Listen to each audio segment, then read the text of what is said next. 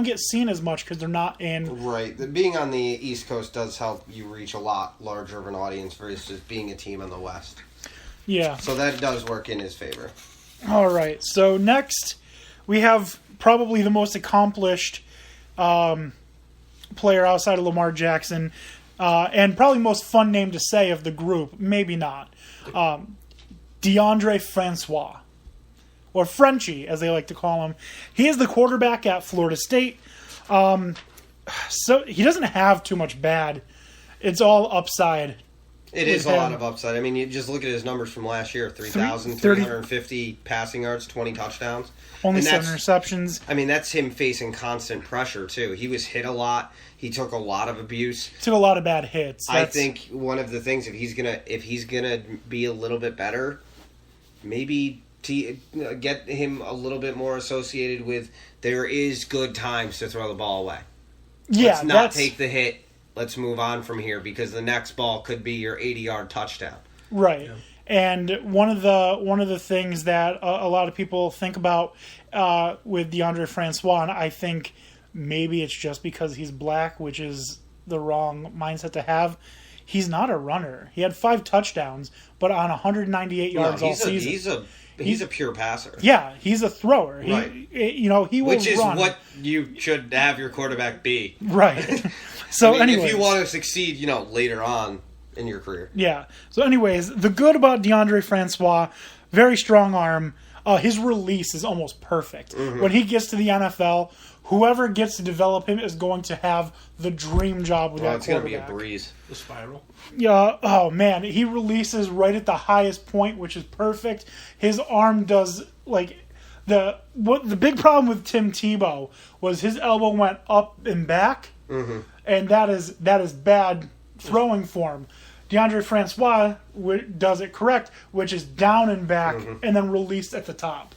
So it's almost perfect. Mm-hmm. You are looking at as close to a perfect passer in terms of his release and his mechanics as you will find.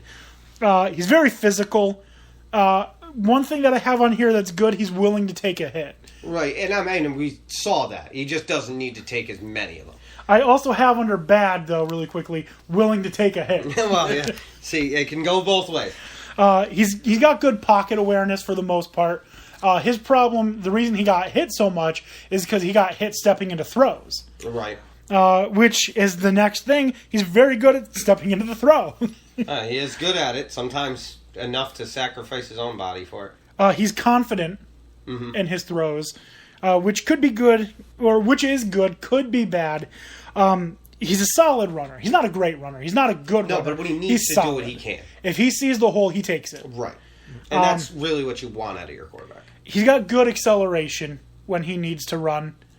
I think one of the most underrated things that he does is he's good at handling the ball. Mm. It's not going to get ripped out. He's got the ball when he is running, especially tucked in his arm strong, and he's got his hands in the middle of the ball when he's getting ready to throw, so he's not going to lose the ball too much. Right. So he's really good with his ball handling.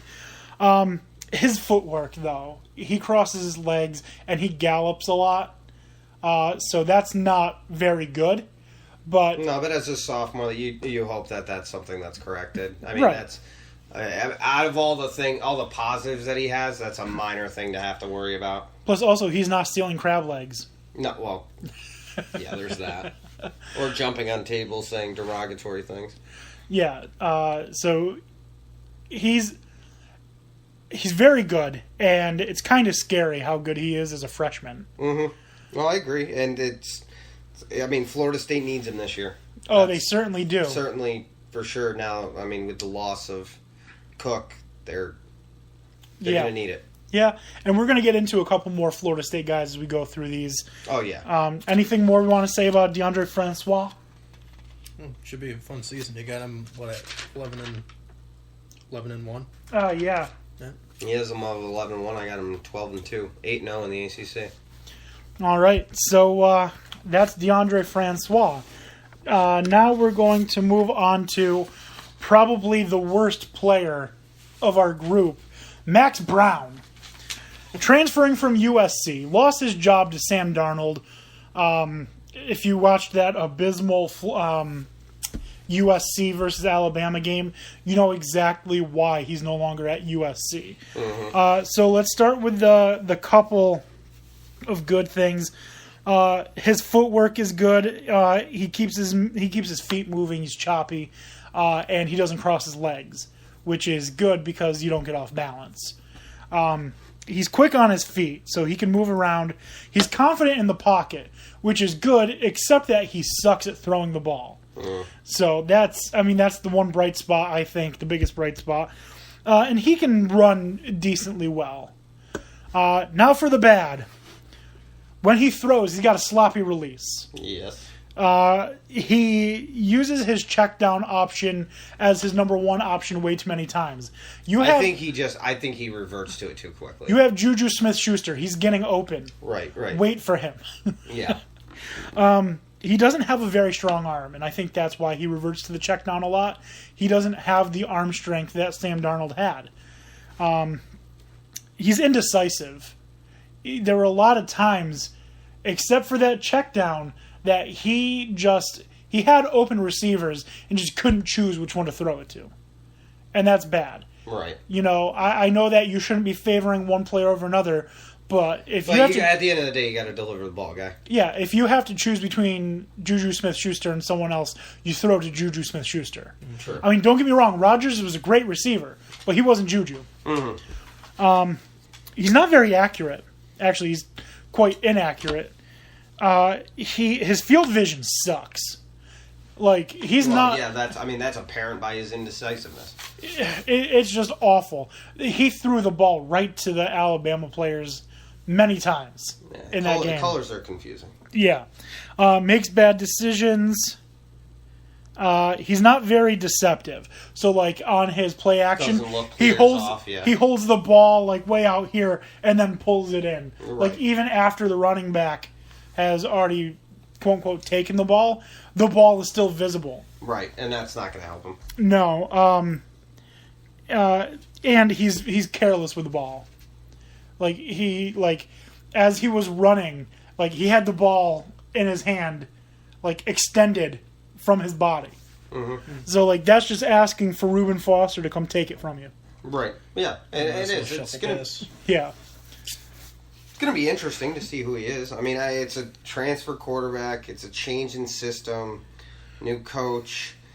His advantage is he's a pro-style quarterback. If you can correct his indecisiveness and just correct his delivery mechanics and get him outside of his own head and just have him play the pro-style quarterback, he could be very influential on this Pitt team, but it's all of the bad things that I've seen so far in this new transition that is part of the reason why I have Pitt not being so successful. He's also not going to have the crutch that Nate Peterman had of Connor. Right, he's not going to have James that. Conner. It's going to be a different situation for him. I mean, we'll have to see how he plays this out. Yeah. I do. His indecisiveness is why I have Pitt where I do. Understandable. Ready to move? It's just what it is. Yeah, I'm interested to see how he does. Kid deserves a shot, so let's see. You haven't gone any bowls, like, early on, or... Going to a bowl game? Yeah. Yeah, they'll get to a bowl game. I'm sure of it. Because you only have to win. Now with my 5-7 record. You only have to win 6 games to get to a bowl. Now with my 5-7 record. But not with your 5-7 record, no. But any more on Max Brown before we move on to the stud of the group? No. Okay.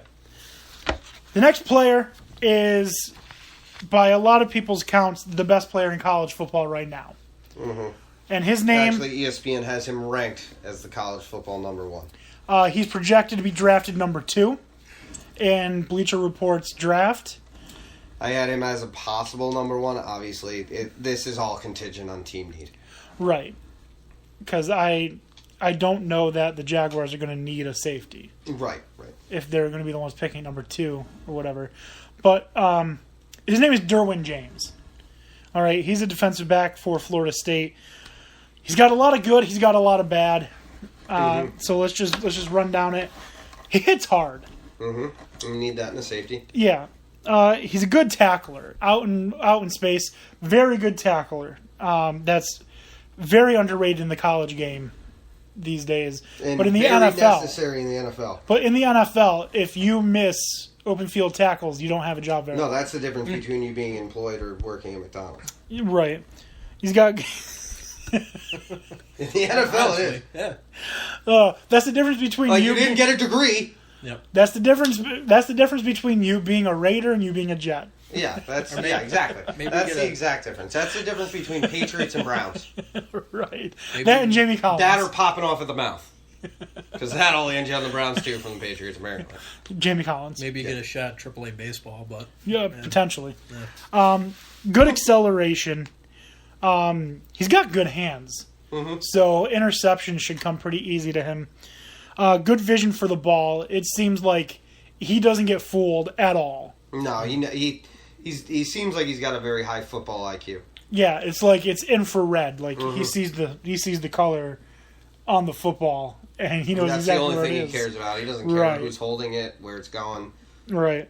He is very fast. Oh yeah, he is. He's lightning quick. And one thing that's also very underrated, but it causes problems even in the NFL, he plays until the whistle's blown. He doesn't give up on plays. No, which is a very underrated tactic. If you need to look at somebody that I can compare to him in the NFL right now, he's kind of got the Luke Kuechly mentality. Just keep going. Yeah. Until it's stopped and we're forming up again, you just keep running. Yeah, or the Dory from Finding Nemo, just keep swimming. I guess fair comparison. I don't know how he compares to a fish. proportion maybe. All right. So now let's go to the bad, unless you got any more good that you want to say. No, I mean I'm going to give my basic feel on him is he's this year's Joe Burrow Preppers. The only other thing is his versatility. He can play all over the field. Oh, yeah. For them. I mean, they'll bring him down for blitz packages. They'll have him play corners. He'll do over the top help.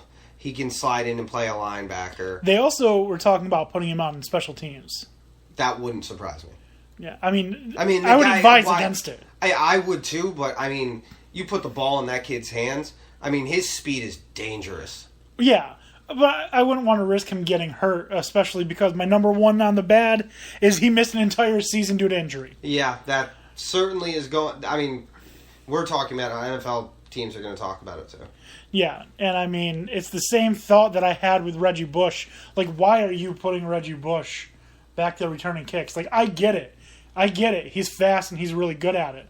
But do you really want to risk it? Exactly. Mm-hmm. All right, the next thing I have on the bad, he looks for the big hit too much, which is especially bothersome to me because he's such a good tackler. Right, he doesn't need to. It's unnecessary.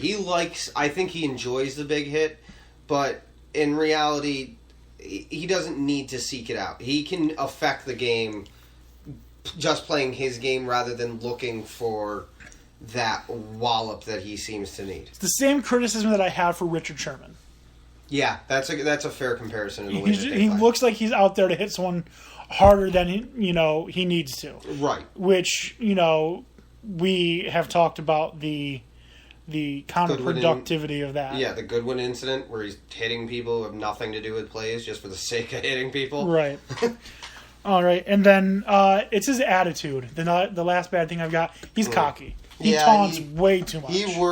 He worries me because he's got some Josh Norman in him. Yeah. Oh, yeah, I can definitely see that. Now, So we'll have to see how that transpires because Florida State's going to need him to be a leader on that defense. oh, they definitely do, and he needs to step it up. Not in terms of his play, but in terms of his leadership. Yeah, and just maturity. We'll see if he can do that here, but I mean, the talent there is through the roof. I mean, He's potentially going to be the number one pick in the draft, And dependent upon Sam Darnold. and likely so because his talent just is. He's light years ahead of anybody in college football in his position. It's not even close. No, not even remotely. All right. Anything more about Derwin? No, I think Derwin's going to do enough talking for himself this year. Hopefully it's with his play and not just his mouth. Yeah, seriously. All right, so next we're going to move on to the rookies, the fresh